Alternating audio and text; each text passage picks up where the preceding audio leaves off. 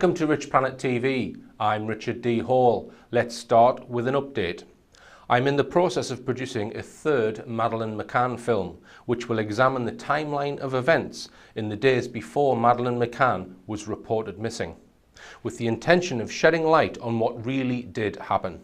It is my opinion, which is shared by thousands of others, that something significant happened to Madeleine before she was reported missing, possibly days before, which prompted those involved to fabricate an abduction scenario. If this is true, then only by looking very carefully at all of the evidence before she was reported missing will we shed light on what most likely happened. This is important because the real facts, it seems, have been actively covered up with the help of British establishment organisations such as Scotland Yard, the BBC and many others. I'm not exactly sure when the film will be ready, but I will make an announcement on the website in due course. I said earlier this year that I intended to start a project which would look into the claims of over-unity devices, sometimes referred to as free energy devices or vacuum energy devices or perpetual motion machines. The goal of the project is to build one or more of these devices and to carry out testing to see if any of the claims are true. I've had a very good response, and last week we held the first project meeting in Birmingham attended by 10 engineers. Now, people keep asking me, when will Richplanet be back on television? There are two main obstacles to this. The first is down to funding or sponsorship. If you have deep pockets and want to sponsor future shows, then please get in touch. The second is down to content. I would estimate that I've now produced around 15 hours or more of television content which the TV broadcasters have refused to air. This includes the Madeleine McCann films and the Cumbria Shootings film Patsy Driver. Therefore, in order to be on television, I would need to make different content. Being on television does still reach more viewers than online. A significant number of viewers still watch programs only on television and not on the internet, although this is slowly changing. So you can see, when it comes to television, it is a trade-off between softening the content and getting more viewers, which really pisses me off. Anyway, I'm intending to make a series of 12 more shows which I would like to put out before the end of the year, some of which may be screened on TV if we get a sponsor. Now, you might remember that I carried out an investigation into the disappearance of 1,500 sheep from a field in Lincolnshire in 2011. You can watch the programme from this link. There have recently been two more occurrences of very large numbers of sheep disappearing in Lincolnshire. One from a farm near Melton Ross in June this year, where 600 were alleged to have disappeared in a single night, and a further 300 in late July from a field at Beckingham Ranges in Lincolnshire. I have been to both these locations recently to investigate the incidents and will be reporting on what I have found in September in my lecture at the UFO Truth Conference in Holmfirth, Yorkshire, organised by former detective Gary Heseltine. The fact I am speaking about this evidence at a UFO conference does not mean I am claiming these cases are UFO related. What I have found so far is very intriguing, and would just say that from evidence that I've unearthed of the three cases, there could be different motives behind each one. I suspect somebody is trying to muddy the waters. I'll be speaking about this and other research on Saturday the 19th of September if you want to find out more. My attention was recently drawn to these statues, which were put up in Berlin in May this year. The statues pay homage to the three supposed whistleblowers, Julian Assange, Edward Snowden and Bradley Manning. Now, if you believe these chaps are real whistleblowers, then I suggest you go and do a bit more homework. Now, in the run-up to 9/11, CIA asset Osama bin Laden was on the CIA's most wanted list. This is because the public's minds were being prepared to accept who did 9/11 in advance of the event. As pointed out by Bill Cooper, a guy from CNN just waltzes into Osama bin Laden's cave and interviews him. The point being, if a news reporter knows where to find Osama bin Laden, how come he has not been caught by the CIA?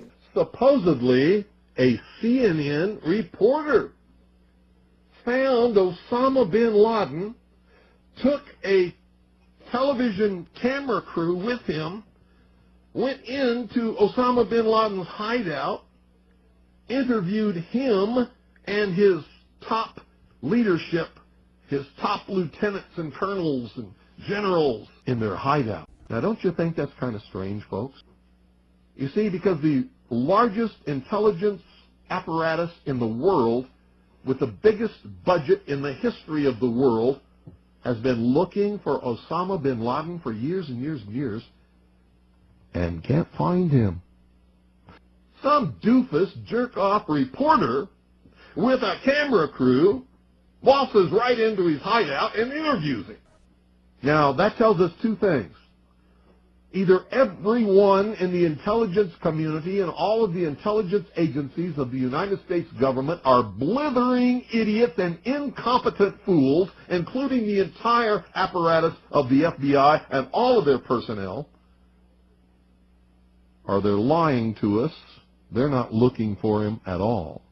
This is very reminiscent to me of Ed Snowden's situation, who was supposedly living in temporary asylum in Russia to evade capture by the Americans, who supposedly want to arrest him for espionage charges. If you believe that, you really will believe anything. How is it possible for a British comedian to find Ed Snowden in Russia and interview him? Don't you think the CIA would have found him first, even if he is in Russia? Do you really think the Russian government is protecting Snowden? It is all theatre, and of course the Russians are compliant with the script. As Lenin once said, the best way to control the opposition is to lead it ourselves, and that is exactly what the CIA are doing with Assange and Snowden. They are not whistleblowers, they are actors. Julian Assange has actually stated that there was no conspiracy involved in 9/11. You heard that right, folks. No conspiracy with 9/11. If you ever visit Berlin, please make sure you take a dog with you so you can let it piss on these statues. They are a joke. Assange was even given a TV show on the disinformation news channel Russia Today, which is now a cesspit of half-truths and diversion, clearly being made by the West for the West. As far as I am aware, Assange is not wanted by the US government at all, but the media does everything to make you think he is in order to raise his profile, and also uses actors holding up CIA posters to fool people into thinking this is a real issue. Now, speaking of subversive fake heroes and role models, and of 9/11, Cox. If you see Brian Cox, please ask him if he has looked at the information he was given earlier this year, which was information about the most important book written this century, Where Did the Towers Go?, by former Professor of Engineering Mechanics, Dr. Judy Wood. And here is a photograph of his office in Manchester, which proves he has been informed. Now, many people asked me to comment on the recent terrorist incidents, particularly in Tunisia. Here is my response. After looking in quite a lot of detail at high-profile purported terrorist or criminal incidents such as 9/11, 7/7, Woolwich, Sandy Hook, the Cumbria shootings, etc., etc., it is now clear to me that it is impossible to know the truth by watching TV news reports. I would go as far as to say that mainstream media are used to create a narrative that their controllers desire, which involves naming and demonizing the supposed enemy, who are usually, in fact, patsies. Because of these past very detailed investigations into these cases, I would ask, why would Tunisia be any different? However, I will not comment on what is alleged to have happened in Tunisia, because it is my belief now that those who are manipulating mainstream media are also placing bogus clues in their media reports with the intention of fooling those who know the official story is incorrect. In other words, the group which sees through the lies of these kind of events must be, at the very least, misled into buying a second fake narrative. My experience has taught me that in order to get closest to the truth, You must go to the scene yourself. You must speak to first-hand witnesses yourself. You must find first-hand evidence yourself. You cannot unravel these incidents by looking for clues in mainstream media reports. All this does is give you a pair of shiny pants. Now, if anyone wants to pay my airfare and expenses to go to Tunisia, I will investigate the incident. But until I go there, I will not get sucked into commenting on mainstream media bullshit. I suspect that both Sandy Hook and Woolwich, for example, had fake clues planted by mainstream media in order to mislead those who know the media is not feeding them the truth. Now, one lone gunman case I can comment on, however, is the Derek Bird case, which I have investigated comprehensively. There was at least one other gunman involved in the Cumbria shootings, and I firmly believe that Bird was under mind control throughout most of the events. Please watch the film if you haven't already seen it. So, the only comment I would make in relation to Tunisia is it is certainly possible that multiple gunmen and mind control were involved. In the past, I have spoken about alleged secret underground bases and tunnels underneath the UK, and there are rumours about undisclosed facilities in Hampshire, in Berkshire, and in Wiltshire, and in many other counties. I have been informed by two independent, reliable sources of a secret underground facility just outside Merthyr Tydfil. This is alleged to be next to a large disused gas tank known as Bavistocks.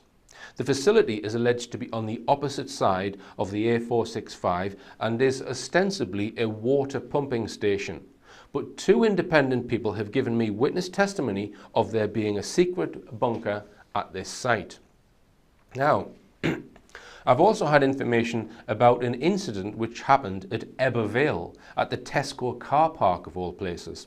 Apparently, construction work was being carried out there, and by accident, workers came across a massive underground tunnel heading in the direction of Merthyr Tydfil, about 8 miles away as the crow flies. If this is true, then does this tunnel lead to the alleged secret facility near Merthyr Tydfil? Another interesting observation is if you draw a straight line from Bavistocks through Ebbw Vale Tesco car park and continue the line, it comes out, give or take a few hundred yards, at GCHQ in Cheltenham. This raises another question. Is there a 60-mile long secret tunnel from GCHQ in Cheltenham to Merthyr Tydfil? If anyone has any information, please get in touch. A few months back, I was contacted by a viewer who discovered a strange tiny object embedded in his elbow. His email read, "In late August last year, 2014, I became very ill with what I thought was a frozen shoulder and neck pain. This also floored me physically and mentally for 6 weeks, and even morphine did not put a dent in the physical pain I was in during this time. I have had this once before in June 2006, but this was worse, a lot worse. I thought this was dragging on a bit, but to be honest, did not think anything sinister was going on, until about 4 weeks later, I noticed the back of my elbow was bleeding onto my shorts while watching television. When I felt the area, I could feel something sticking out, like what we call in Scotland a skelf or a wood splinter. I nipped the item, pulled it out, and put pressure on it with my thumbnail and index finger. It crunched like glass, which I thought was strange. Anyway, I discarded it, thinking it was a sting of some sort, but it was bugging me enough to go to the doctor again, with whom I shared the story. She inspected the area and noticed the small red mark, which is still there today, and asked me if I'd been anywhere tropical lately, which I had not. Her opinion was I had been stung with something exotic, and the toxin had got into the nerve inside the elbow and spread up and down my arm and sickened me in the process. Sounds plausible, but I don't know of any insect in this country or other countries that stings and leaves an object like a glass splinter way deep inside the elbow. It had to be fairly deep inside to hit the nerve, and if it was a bee sting, I would have felt it. Now at that time I got a blood test for something unrelated, and all they noticed was my liver was showing signs of alcohol stress, which is strange as I no longer drink alcohol. A few weeks later, a subsequent blood test showed vast improvement, which made me more dubious about this whole saga. One more thing I noticed was what are called Mies lines on my fingernails. These lines are nearly grown out now, but are still noticeable. If you have any insights into what this could or might have been, I would like your view on this. Now, that email was in January this year, 2015, talking about what had occurred to him starting in August 2014. Then, in June this year, I got another email from the same viewer, and he said, "I sent you a message a few months ago about a foreign object that expelled itself from what I thought was a bite that poisoned me for weeks. Well, it has happened again. Only this time I kept the object and have photographed it. It looks like a stinger, but also looks like it has a metallic tip with an organic tailpiece. The object this time was found in the back of the viewer's thigh. I asked the viewer to send me the object and I had it examined under a microscope. I would be very interested to know if anyone knows what this object could be." The viewer explained in an earlier email that "I've been sickened badly by these objects twice now. It starts as a small cyst about the size of a pea and erupts into a large boil or carbuncle after a few weeks, which I had to get lanced and drained on the 4th of April at A&E. Last night the still slightly tender boil area started bleeding, and on closer inspection the thing is working its way out just like last time, and here it is." Now, the viewer then went to their doctor and took the object with them to see if the doctor could identify it. He wrote, "I went to the doctor and showed her a photograph of the item. I even brought the thing with me and a magnifier and asked if she wanted to look through the magnifier at the object, but she did not take the opportunity to do that. But she did look at the photograph. I told her what had happened and she is convinced it is a sting of some sort and could not be anything else. She did not want to get the object tested as she was worried it would get sent back with a cheeky letter from the lab about time wasting. So much for scientific inquiry. I feel she was perplexed and genuinely intrigued, but dismissive. She did manage to slip in a comment that aliens are not coming down to implant things into my body, which tells me the object stirred something of that nature in her to make that comment. I mentioned nothing about my suspicions and nothing about aliens, etc., only that I felt it looked like an unnatural object that has made me ill and I felt it should be tested. She suggested getting my home and bed fumigated with insecticide. So if you know what this object might be, please get in touch." Now then, many viewers will be familiar with researcher Dr. Nick Colostrom, whose book Terror on the Tube, Behind the Veil of 7/7 looks in detail at what happened in the 2005 London bombings and demonstrates clearly that the events were fabricated by authorities and the alleged bombers were patsies taking part in a terror drill. Now, his latest book is entitled Breaking the Spell, The Holocaust, Myth and Reality, and examines evidence from the Second World War attempting to explain what really happened at the Nazi concentration camps. His conclusions are in stark contrast with the widely accepted narratives about the Holocaust. For example, he claims the total number killed was nowhere near 6 million, as is usually claimed, and that no prisoners were killed using gas chambers. Now, I'm not saying here whether I agree or disagree with Nick Colostrom. I wasn't there at the time. Nick Colostrom does include evidence in his book to back up his claims, but if you have evidence to refute Dr. Nick Colostrom's claims, please send the evidence to me. Or perhaps you would like to take part in a debate with Nick Colostrom on this issue for a future TV show. Needless to say, I don't think that one will be allowed on telly. A few years ago, I met up with Nick Colostrom at Cambridge and joined him for a nostalgic visit to his old university where he studied as an undergraduate. Right, I'm with Nick Colostrom and we're in Cambridge, and he's come to visit his old college. This is at the back of Corpus Christi now, and we're just coming up to the Whipple Museum, which is History and Philosophy Science Department, where I majored. Will they recognise you from all those years ago, Nick? What's this building, Nick? Corpus Christi. Yeah, so the library here prices ancient manuscripts. Up here.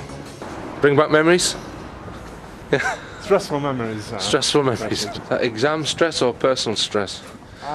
Both, I think. Somehow I feel I didn't enjoy it as much as I could have done. We're coming now to the dinner hall. So just remind us what you studied here at Cambridge, Nick. Oh, I took natural science tripos, majored in history and philosophy science. Yeah, so here we have where Marlowe, I think Marlowe lived here at some point, Elizabethan playwright. Right, now we're going to wander through the back entrance of Corpus Christi College out into the Eagle pub. This is the famous pub where Crick and Watson, when they discovered DNA in the molecule of life, they went into this pub to tell everyone about it. Okay, so we're just coming out the back entrance of Corpus now, and here's this fabled pub, the Eagle. And I had a room up here once on the ceiling, that lovely ancient woodwork here. That's where people first heard about the molecule of life. Well, the first in modern times, Nick. First in modern times? In modern times, right. Yeah. You know, there are rumours that the ancients knew about DNA. Well, perhaps might bring you here this evening, Richard. Let's go into the student's room. Student's room. I guess things have changed a bit since, what year would it have been? I thought back in the late 60s. Right, just tell us where we are here, Nick. We're in the car and we've gone to a different part of Cambridge. Yeah. Well, this was the last gasp of Britain's Royal Greenwich Observatory before it's closed down with a swing of Margaret Thatcher's handbag, an act of real cultural vandalism. Turn left. Britain no longer has its Royal Greenwich Observatory, but this is where it was finally situated, and this Cambridge Observatory is also to do with the discovery of the planet Neptune. Right. When the Brits put in a bid for co-predicting Neptune, and what year was happened around that? What year was Neptune? Oh, that was around about 1846, and so it all happened here. Right. Several thousand years after the Sumerians discovered it. Apparently, there's been a release. This 30-year ruling thing. There was some documents released about the Falklands. Yeah. And do you think there might be documents here which nobody has seen, which you can now get access to, perhaps, or? Well, we can go and see the Tam Daniel archives, which are supposed to be at Churchill College, but they haven't. We're rather disturbed. They haven't released them for at least 3 years since he gave them to them, and they've got controversial stuff in it that the government might want to keep quiet. In this library archive, Tam Daniel, the old Labour MP, gave all his documents. Vital documents about the Falklands War and sinking of the Belgrano, and he was really Britain's expert on the subject, and his archives are crucial for whatever really happened, how Britain precipitated that war by sinking the old Belgrano. And to my knowledge, the Archive Centre has had all Tam Daniel stuff for a good 3 years now and hasn't made it public all the times we've asked them previously. So now we're going to see one more time. Believe none of what you hear and only half of what you see.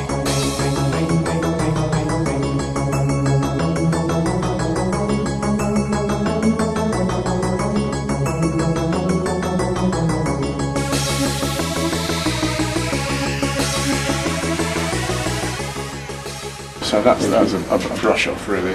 Okay. After 3 years, they still haven't put any of the stuff out. Okay. I suspect they're waiting until he's died, so that nobody can ask him any awkward questions.